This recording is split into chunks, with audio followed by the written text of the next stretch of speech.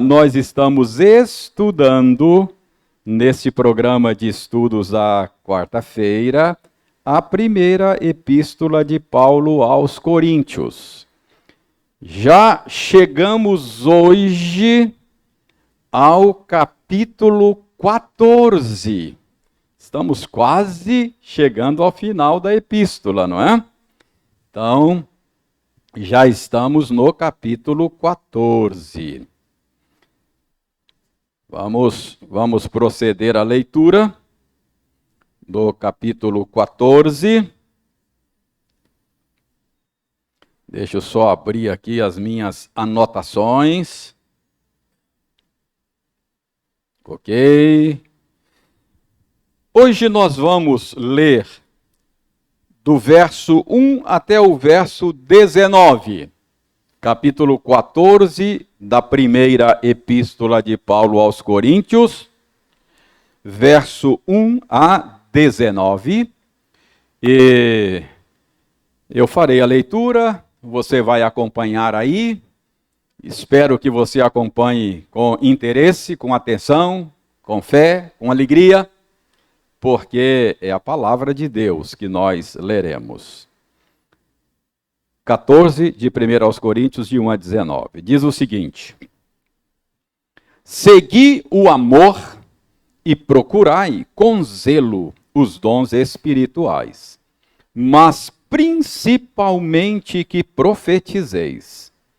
Pois quem fala em outra língua não fala a homens, senão a Deus, visto que ninguém o entende, e em espírito fala mistérios.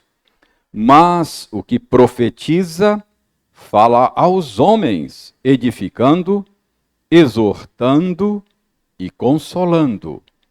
O que fala em outra língua, a si mesmo se edifica, mas o que profetiza, edifica a igreja.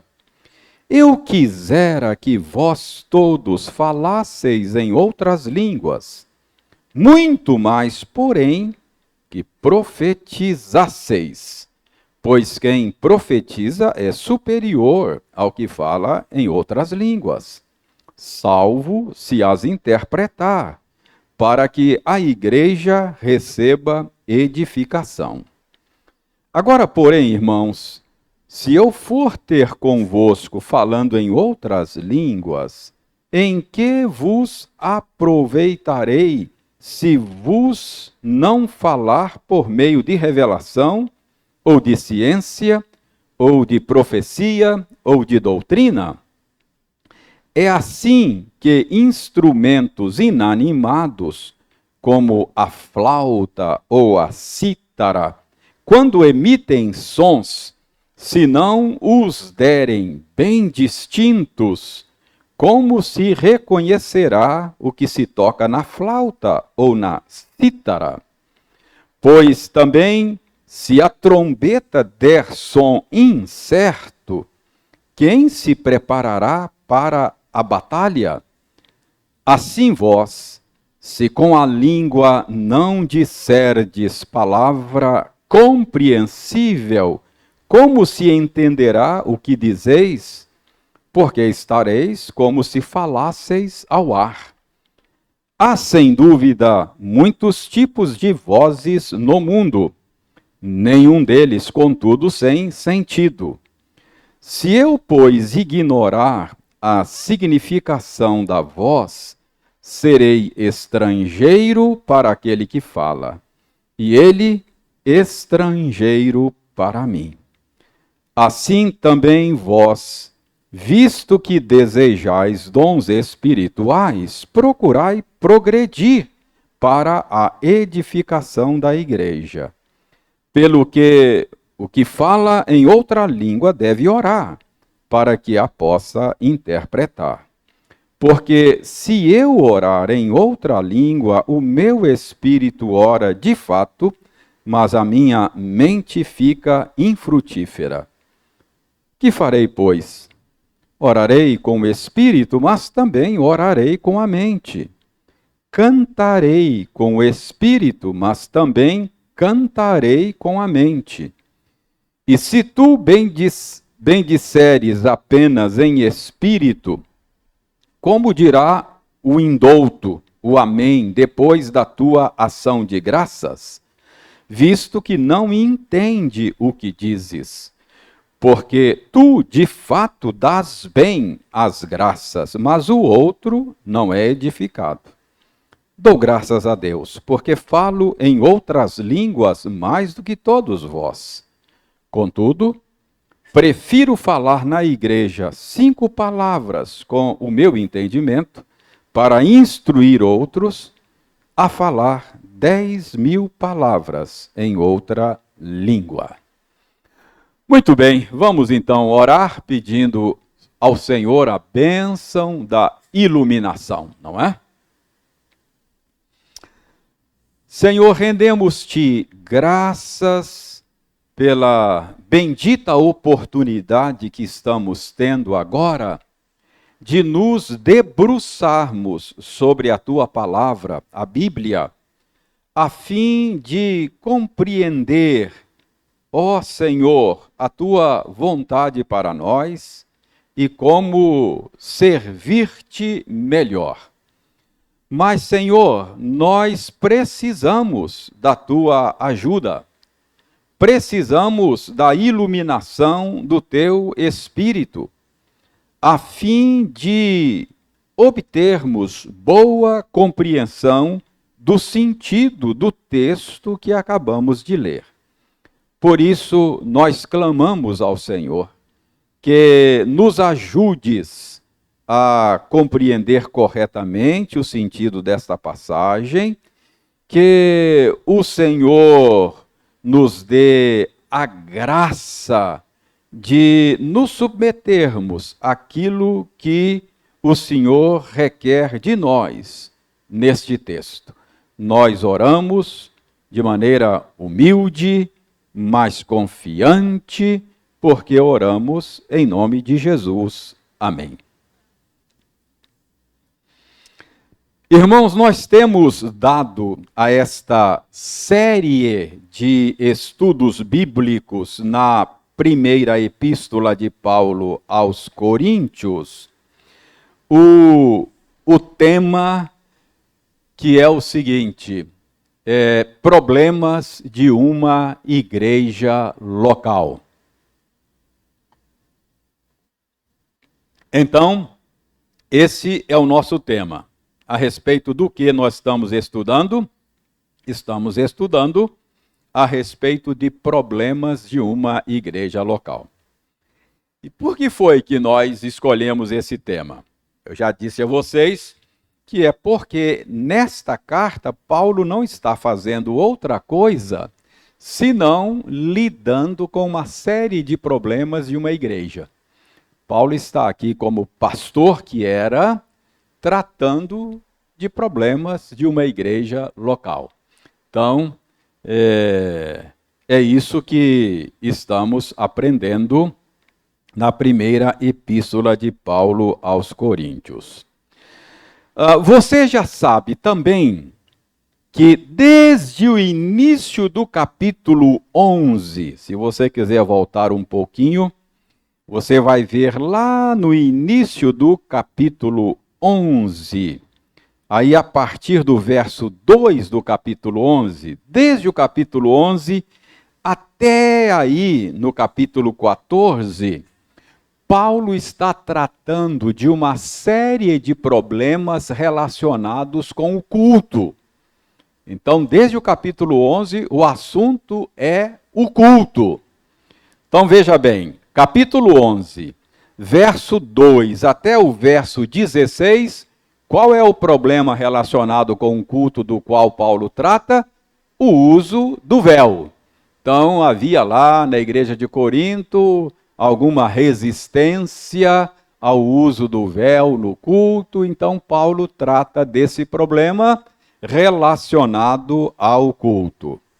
Verso 17 do capítulo 11 até o verso 34, no final do capítulo, Paulo trata de outro problema relacionado com o culto. É um problema a respeito da ministração da ceia. Estavam se reunindo e ministrando a ceia de uma maneira bastante indevida. Então, Paulo trata desse problema. Então, outro problema relacionado ao culto. E aí, quando chega no capítulo 12, Paulo continua tratando de problemas relacionados ao culto, só que agora o terceiro problema que Paulo vai tratar é o uso dos dons espirituais no culto de Corinto. Então, capítulo 12, capítulo 13 e capítulo 14, o problema do qual Paulo está tratando é o modo como os crentes em Corinto estavam usando os dons espirituais.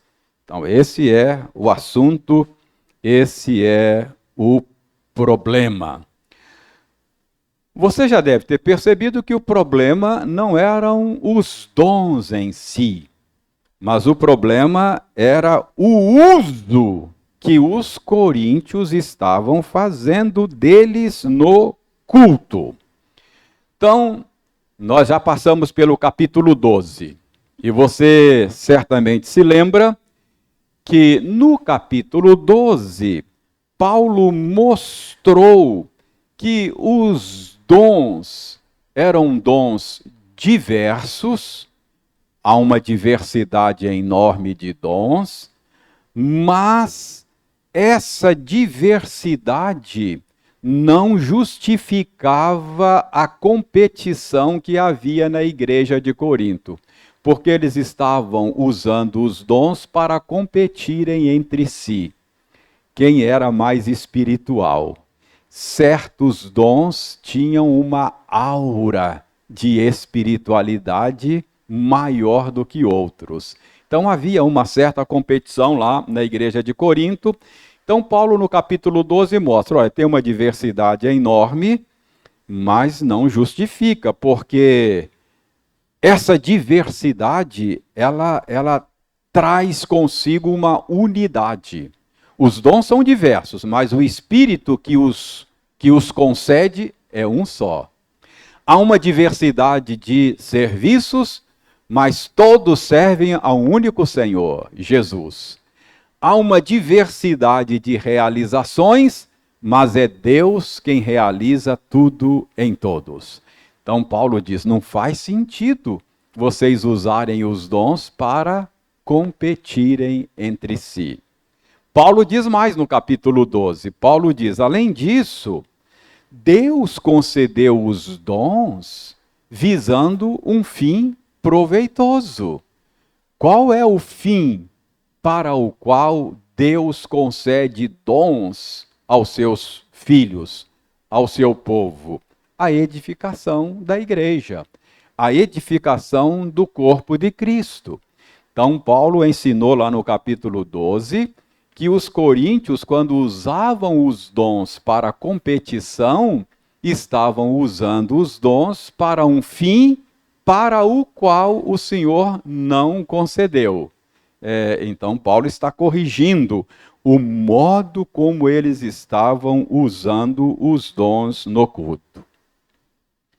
Quando chega no capítulo 13, Paulo diz a eles assim, olha, vocês que vivem aí nesta busca desenfreada, buscando certos dons, porque certos dons dão um status assim de espiritualidade, eu vou mostrar para vocês agora um caminho sobremodo excelente. E aí Paulo mostra então o que é que eles deveriam buscar. E o caminho sobremodo excelente é o caminho do amor. Então vocês se lembram? Nós passamos pelo capítulo 13. Paulo mostrou no capítulo 13 que o amor tem proeminência sobre os dons. Você pode ser dotado com qualquer dom, o dom mais espetacular, o dom que seja mais útil. Você pode ser capaz de falar a língua dos homens e dos anjos, mas se não tiver amor, de nada adianta. Então, Paulo mostrou que o amor tem supremacia sobre os dons. Ainda no capítulo 13, Paulo também dá uma pincelada na natureza do amor. E no final do capítulo 13, Paulo mostra que o amor é o caminho sobremodo excelente, porque, por um lado, os dons são temporários, mas o amor é eterno. Eu usei, inclusive, a metáfora da construção civil para dizer que os dons, embora sejam úteis, eles têm prazo de validade. São como os andaimes de uma construção. Os andaimes são úteis, mas eles serão desmontados na hora oportuna. Então, nós vimos que os dons espirituais são úteis enquanto a obra está em andamento, enquanto Deus está levando a efeito a sua obra na história. Mas vai chegar um momento em que, havendo ciência, passará. Havendo línguas, passarão, não é? Ou seja, os andaimes serão desmontados. O que vai ficar é o amor. O amor é eterno. Então, passamos aí pelo capítulo 13. Agora, quando chega no capítulo 14, Paulo mostra como e por que o uso dos dons no culto da igreja de Corinto estava equivocado. Então, Paulo vai mostrar aqui a razão pela qual eles estavam usando os dons espirituais de maneira errada nos cultos da igreja de Corinto. E preste atenção, ao mostrar para os coríntios a razão pela qual eles estavam se equivocando no uso dos dons, sobretudo o dom de línguas, que era o dom predileto na igreja de Corinto, Paulo, ao mostrar o erro deles, Paulo acaba revelando para nós aqui pelo menos 2 princípios norteadores do culto cristão. Então, se eu fosse dar um tema ao estudo de hoje, eu daria o seguinte tema: princípios norteadores do culto cristão. Paulo vai ensinar para nós aqui 2 princípios que você pode juntar os 2 e fazer um só. Um importante princípio norteador do culto cristão.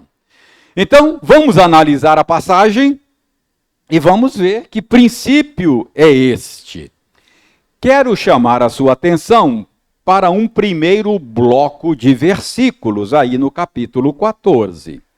Eu me refiro ao bloco composto dos versos de 1 a 6. Então, olha aí, versos de 1 a 6. O que Paulo está fazendo neste bloco aí, de 1 a 6? Qual é o ponto de Paulo aí? Preste atenção. Paulo está dizendo, nesses versos de 1 a 6, que o dom de profecia é preferível ao dom de línguas no culto. Então, Paulo está dizendo, olha, é preferível o dom de profecia no culto ao dom de línguas. É que os coríntios, eles preferiam o dom de línguas. E Paulo está dizendo, nada disso. É preferível o dom de profecia. Então, vamos analisar o texto. No verso 1 aí, ele diz que no culto é preferível o dom de profecia. Ele diz, segui o amor, que é o caminho sobremodo excelente, a respeito do qual ele falou no capítulo 13, segui o amor e procurai com zelo os dons espirituais. Paulo não é contra os dons espirituais, mas principalmente que profetizeis. Então, Paulo entende que o dom de profecia era preferível no culto cristão. A pergunta é: por que é que o dom de profecia é preferível no culto? Paulo responde nos versos 2 a 4. A razão está no verso 2 aí, começa, ó. Pois quem fala em outra língua não fala a homens, senão a Deus, visto que ninguém o entende, e em espírito fala mistérios. Mas o que profetiza fala aos homens, edificando, exortando e consolando. O que fala em outra língua, a si mesmo se edifica, mas o que profetiza, edifica a igreja. Então, no verso 1, Paulo diz que o dom de profecia é preferível ao dom de língua, e depois nos versos 2, 3 e 4 ele dá a razão pela qual o dom de profecia é preferível. Eu acho que você já viu aí a razão, mas antes de apontar aqui a razão claramente, deixe-me pontuar aqui algumas coisas.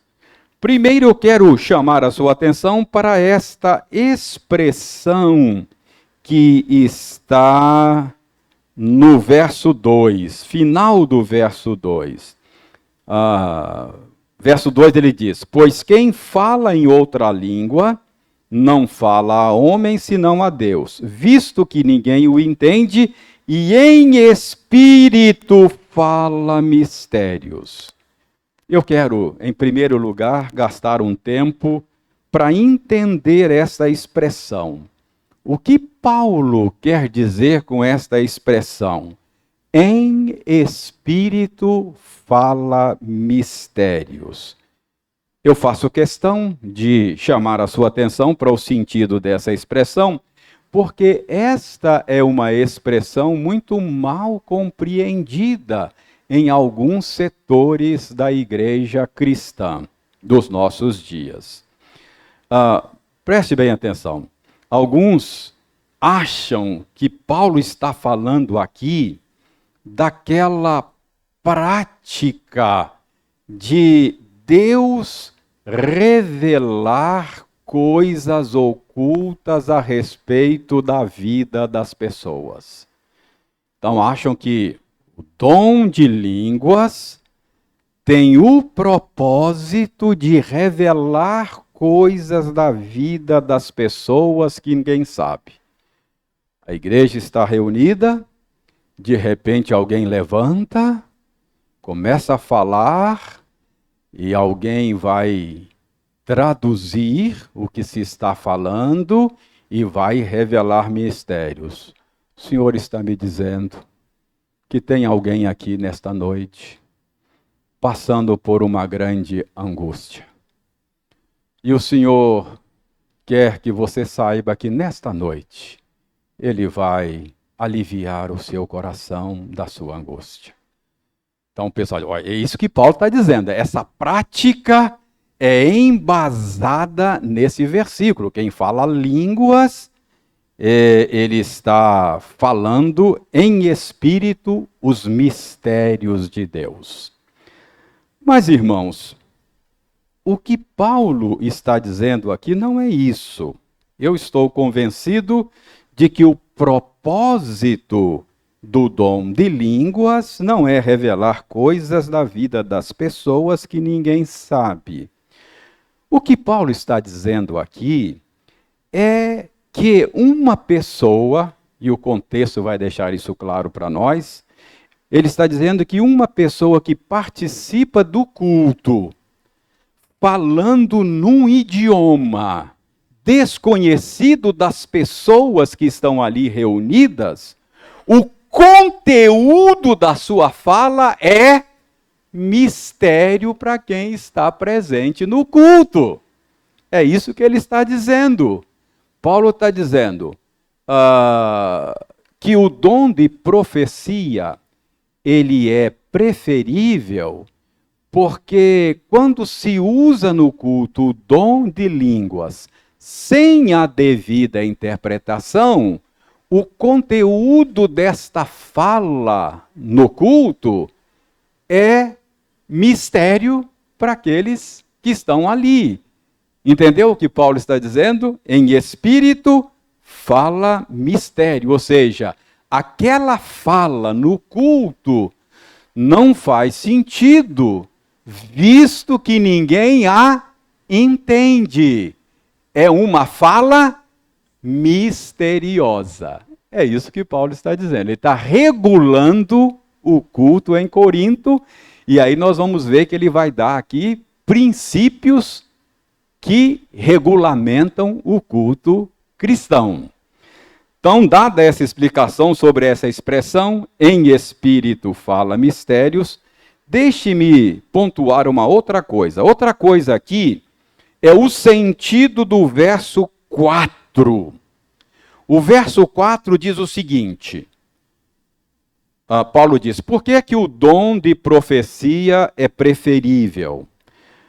Porque o que fala em outra língua, essa é a razão, a si mesmo se edifica, mas o que profetiza edifica a igreja. A pergunta é, o que Paulo quer dizer com essa expressão, a si mesmo se edifica? Há diferentes modos de entender o que Paulo está dizendo aqui. Os intérpretes não são concordes a respeito do sentido dessa expressão.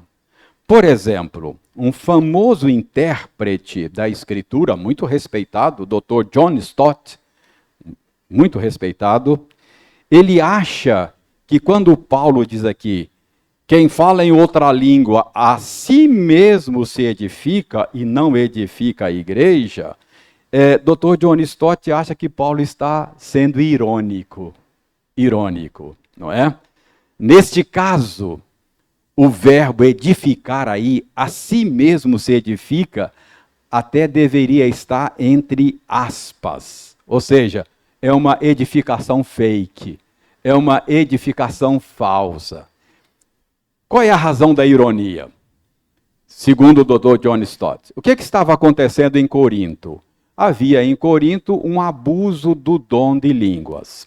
Aqueles que tinham a habilidade de falar outros idiomas, que não aprenderam pelo estudo, mas aprenderam pelo poder do Espírito Santo, gostavam de, nas reuniões da igreja, esnobar, usar o dom só para aparecer. Então, Dr. John Stott acha que quando Paulo está falando aqui, a si mesmo se edifica, esse a si mesmo se edifica é uma ironia. Ou seja, ele consegue o que quer. O que ele quer é aparecer.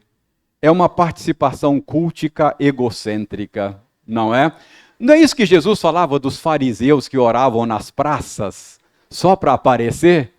Jesus disse, olha, entra no teu quarto, fala com Deus em secreto, que Deus em secreto vai atender você. O que os fariseus querem é aplauso, não é? Então deixa, eles têm aplauso. Agora, você devia buscar coisa diferente. Percebe? Então, a si mesmo se edifica, eles conseguem o que quer. Ou seja, parecerem espirituais diante da comunidade. Então, essa é uma possibilidade do sentido desta expressão, a si mesmo se edifica. É uma ponta de ironia. Mas existem outros intérpretes que acho que aqui não há ironia, não. Paulo está falando de uma edificação real que acontece. Aquele que participa do culto falando em outra língua, mesmo que não edifique outros pela falta de interpretação, ele será edificado.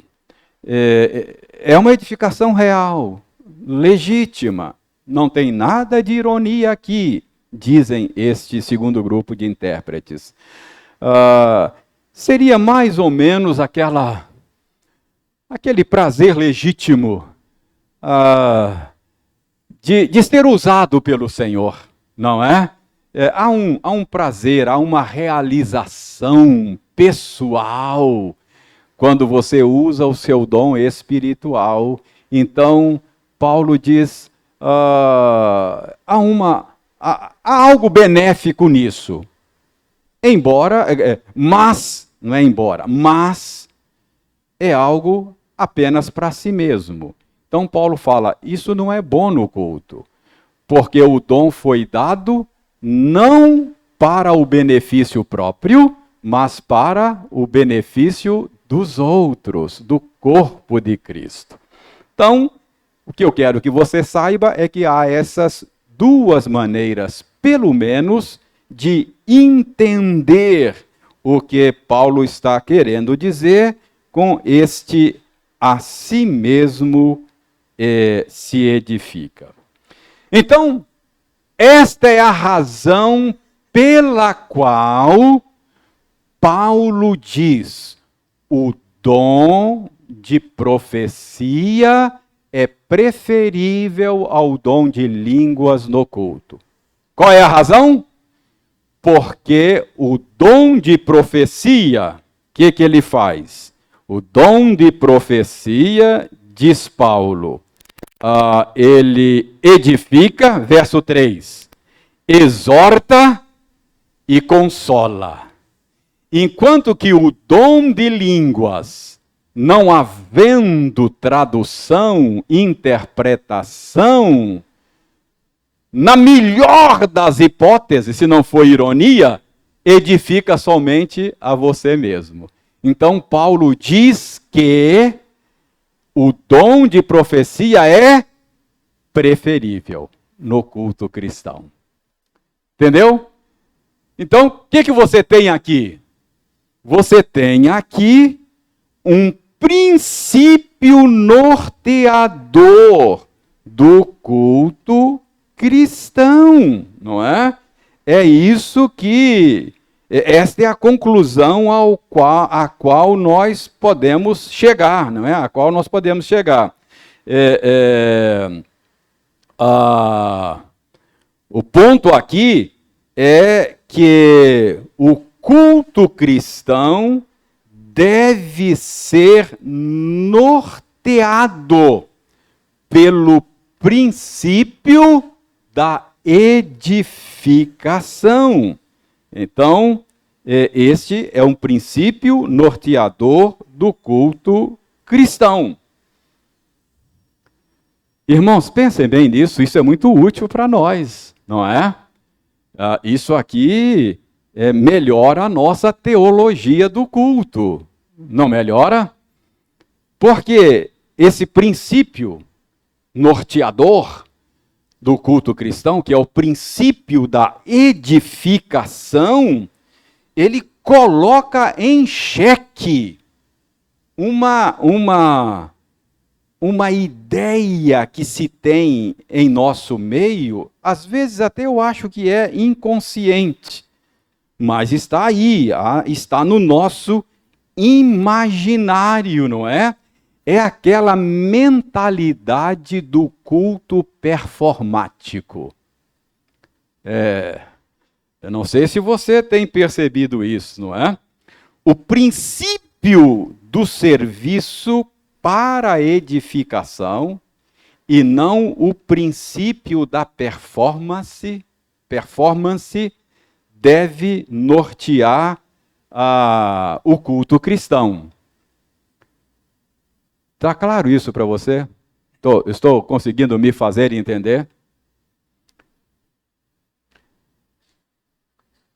A participação nossa no culto deve ser norteada pela busca da edificação da igreja. A pergunta que eu devo fazer é: isto vai edificar os meus irmãos? Não é o critério ou o princípio performático, não é? Veja bem, eu sou um pregador do evangelho. E eu devo me guiar na minha participação do culto por esse princípio da edificação. Eu devo buscar, ao preparar o meu sermão, ao preparar a minha aula, eu devo ser orientado por esse princípio. Eu devo ter em mente a edificação dos meus irmãos e não apresentar, por exemplo, uma boa performance. Eu não devo me preparar para trazer aqui no domingo uma peça de oratória que deixa todo mundo de boca aberta. Com o meu português escorreito, com a minha verborragia, com a minha capacidade argumentativa, com uma oratória. Uau! Que performance desse pregador! Entendeu? Então, se eu me preparo para o culto norteado pelo princípio performático, eu não estou sendo bíblico. A minha teologia do culto precisa ser revista à luz da Escritura. Porque Paulo está dizendo aqui que o dom de profecia naquele contexto lá era preferível ao dom de língua por causa do princípio da edificação. Então, aquilo que edifica é preferível. Está claro isso? Isso tem aplicação, por exemplo, Juninho, você que é o homem da música aqui da nossa igreja também, não é? Isso deve nortear o ministério dos músicos da nossa igreja. Eu não devo me preparar, o músico não deve se preparar para uma performance. Às vezes o músico cristão faz isso. Ele acha que Deus passa a semana esperando por mais um solo de guitarra no domingo. Estou doido para ouvir um solo de guitarra, né? Uma performance para agradar o Senhor.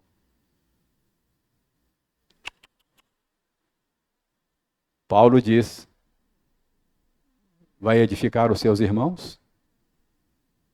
Esse é o ponto. Percebe?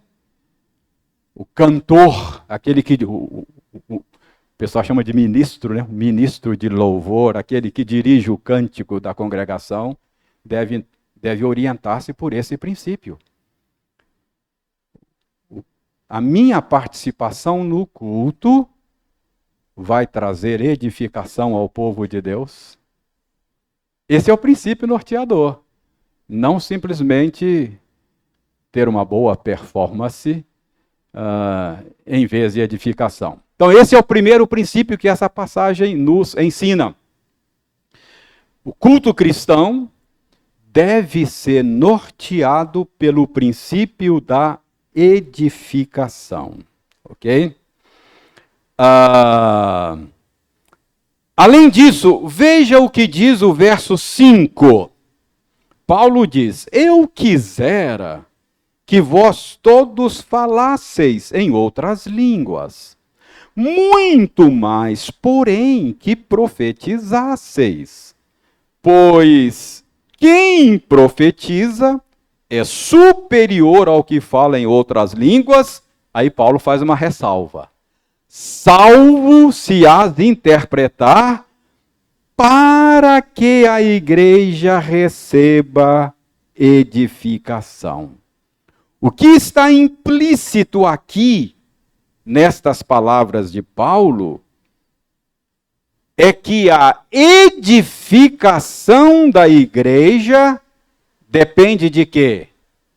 Do entendimento. Tá claro aí? Veja bem, Paulo diz, eu quisera que vós todos falasseis em outras línguas. Eu não sou contra você usar o seu dom de falar um outro idioma no culto. Mas eu prefiro que vocês profetizem. Pois quem profetiza, por causa da edificação, é superior ao que fala coisa que os outros não entendem. Salvo se as interpretar, para que as pessoas entendam. E assim receba edificação. O que está implícito aqui? É que a edificação passa pelo entendimento. Passa pela compreensão. Está claro isso? Está claro? Não é? É isso que está implícito aqui, que a edificação depende do entendimento. A edificação depende da compreensão. O verso 6 prossegue na mesma toada. Veja aí o verso 6. Agora, porém, irmãos, se eu for ter convosco, falando em outras línguas, em que vos aproveitarei, se vos não falar por meio de revelação, ciência, profecia ou doutrina? Paulo está indo na mesma direção. Todos esses conceitos aí, revelação, ciência, profecia, doutrina, pressupõem entendimento, pressupõem compreensão. Aí a gente tem aqui um outro princípio norteador do culto. O outro princípio é o princípio da inteligibilidade. Paulo está dizendo que para haver edificação, o povo precisa entender. O povo precisa compreender. Senão, não haverá edificação. Então, o princípio da inteligibilidade deve nortear o culto cristão. O culto cristão precisa ser inteligível, compreensível. Entendeu? Isso é muito importante. Como é que a gente aplica, por exemplo, esse princípio cristão para os nossos cultos hoje?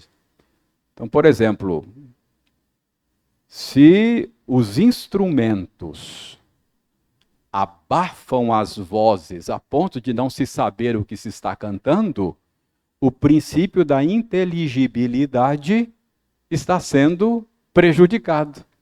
Está claro? Então, esse é um princípio norteador do culto cristão. Ele precisa ser compreensível, inteligível. Se eu me preparo para o culto, para entregar uma mensagem, e eu uso aqui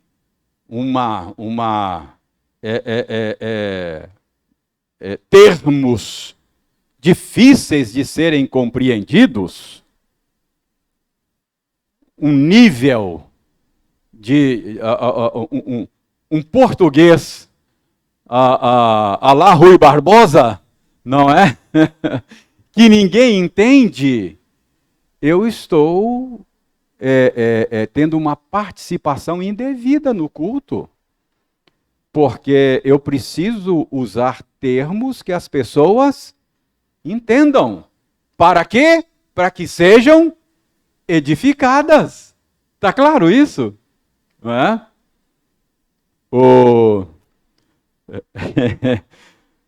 Reverendo Elias Medeiros, não é? O reverendo Elias Medeiros é que conta, foi meu professor num programa de mestrado. O reverendo Elias Medeiros mora nos Estados Unidos, ele é genro do reverendo Francisco Leonardo, e o reverendo Elias Medeiros estava na Amazônia, aqui na região da Amazônia, no campo missionário, e ele no início do ministério dele estava lá na Amazônia e evangelizando lá e tal, e numa reunião lá da congregação dele, o sogro dele que estava visitando a filha naqueles dias, e o genro, foi a reunião com eles, né? Aí diz ele que foi lá e instruiu o povo com a escritura e tal, falou, aí depois chegaram em casa, foram jantar, não é? E aí ele queria saber a opinião do sogro, né? Reverendo Francisco Leonardo, muito preparado e tal, né? E aí ele perguntou para o sogro, e aí, o que o senhor achou? Ele falou, foi bom a sua mensagem e tal, mas o problema é que você serviu comida para girafa querendo alimentar ovelhas. Estava ali em cima, só girafa alcançava o que ele estava falando, né? E as ovelhinhas cá embaixo, assim, perdeu seu tempo, não é? Usando termos hebraicos, gregos, rebuscando o seu português, talvez querendo impressionar o sogro, né? E o sogro disse, olha, foi mal. Percebe? Eu fui treinado pelo reverendo Adão Carlos, e ele me dizia assim, ó, faz o seguinte, você mira naquela pessoa mais simples da igreja. Sempre toda igreja tem uma pessoa simples e tal. Vai lá da Dona Maria lá, pensa nela, fala para ela. Porque se ela entender, todo mundo vai entender, né? Então mira na Dona Maria lá. Ele dava essa dica para mim. Não é isso? Inteligibilidade. É isso que Paulo está dizendo. Vocês vão para o culto, aí fica usando esses dons aí, ninguém entende nada, ninguém é edificado e perdeu tempo, não é? Então, esse é um outro princípio norteador do culto cristão. Aí, Paulo, até aqui, o que ele fez? Ele disse que o dom de profecia é preferível ao dom de línguas. Ele deu as razões por causa de dois princípios, não é? Da edificação e da inteligibilidade. E agora, a partir do verso 7, e eu termino aqui, não vai dar para esgotar até o verso 19, a partir do verso 7, ele vai usar aí algumas ilustrações para deixar claro o seu ensino, o seu ponto. Olha o verso 7. Ele usa aí a ilustração de instrumentos musicais. Ele diz aí, ó, é assim que instrumentos inanimados, como a flauta ou a cítara, quando emitem sons, se não os derem bem distintos, como se reconhecerá o que se toca na flauta ou na cítara? Paulo está usando uma ilustração. Imagine aqui. Eu até pensei em fazer, mas não vou fazer não, vou só falar. Eu falei, eu vou fazer lá para ilustrar. Mas imagine aqui se eu falar assim, pessoal, vamos cantar agora o hino nacional brasileiro, tá bom? Eu vou acompanhar ao piano. Eu sou um zero à esquerda em música. Zero à esquerda. E eu me assentasse ao piano e tentasse acompanhar vocês. Vocês saberiam, vocês nem identificariam o hino nacional. Você vai dizer, mas esse som aí não é... Você não saberia a hora de entrar, o que cantar. Percebe? É isso que Paulo está dizendo. Paulo está dizendo, se o instrumento não emitir sons compreensíveis, como é que eu vou cantar o que está tocando lá? Percebe? Então, é isso que Paulo... É uma ilustração para ajudar a gente a compreender o ponto da necessidade de se compreender o que está sendo dito. Veja o verso 8. Pois também, se a trombeta der som incerto, quem se preparará para a batalha? Aqui Paulo está usando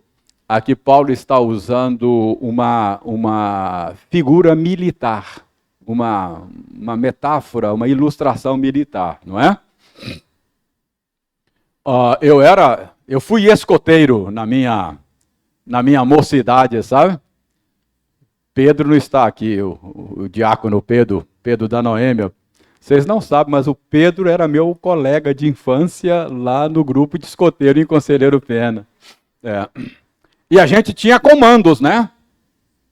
Direita, ouve, sente, descansa, cobre. Aí tinha lá, às vezes marchando, né? Pilotão, direita, ouve. Tá.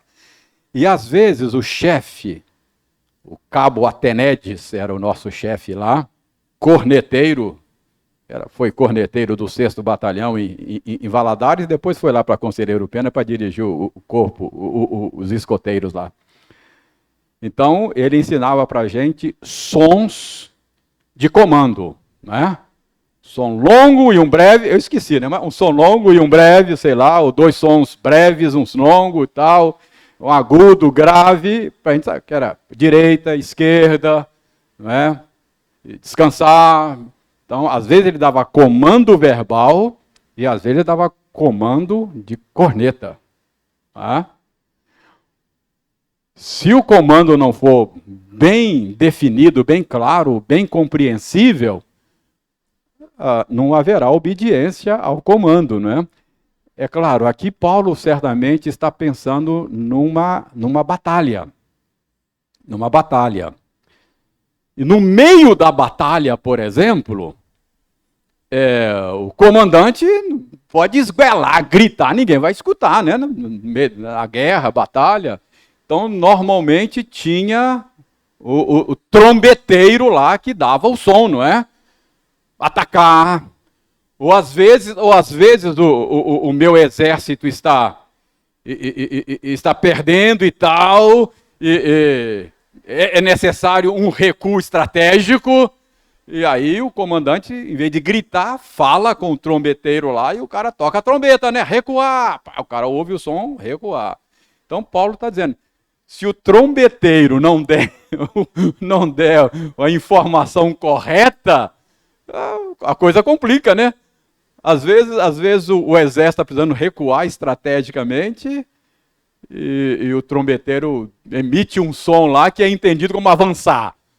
Aí a estratégia do comandante vai por água abaixo. Está claro aqui a ilustração de Paulo da necessidade de compreensão do que está sendo dito, não é? É isso que Paulo está ilustrando aqui. E aí, a partir do verso 9, ele faz as aplicações. Eu só vou ler o verso 9, ó. Assim também vós, não é? Assim como a cítara, o instrumento musical, assim como o corneteiro lá dos escoteiros, assim como o trombeteiro da guerra, se você não disser coisa compreensível, como se entenderá o que dizeis? Porque estareis como se falasseis ao ar, não é? Então, o culto cristão precisa ser norteado pelo princípio da compreensibilidade, da inteligibilidade. Aquilo que se diz no culto precisa ser compreensível, entendido, para que haja edificação. Então, o culto deve ser montado, a ordem litúrgica deve ser montada, e cada movimento litúrgico deve ser pensado e executado orientado com base, pelo menos, nesses dois princípios, não é? Claro que tem outros princípios, mas aqui Paulo está ensinando esses dois princípios: o princípio da edificação e o princípio da compreensão. Se não houver compreensão, não haverá edificação. Está claro aí? Princípio do culto cristão? Nosso tempo esgotou e eu pergunto: tem alguma pergunta, alguma contribuição, algum comentário sobre o que aprendemos hoje? Se não houver, é sinal de que entenderam tudo ou não entenderam nada. Eu espero que tenham entendido tudo, não é?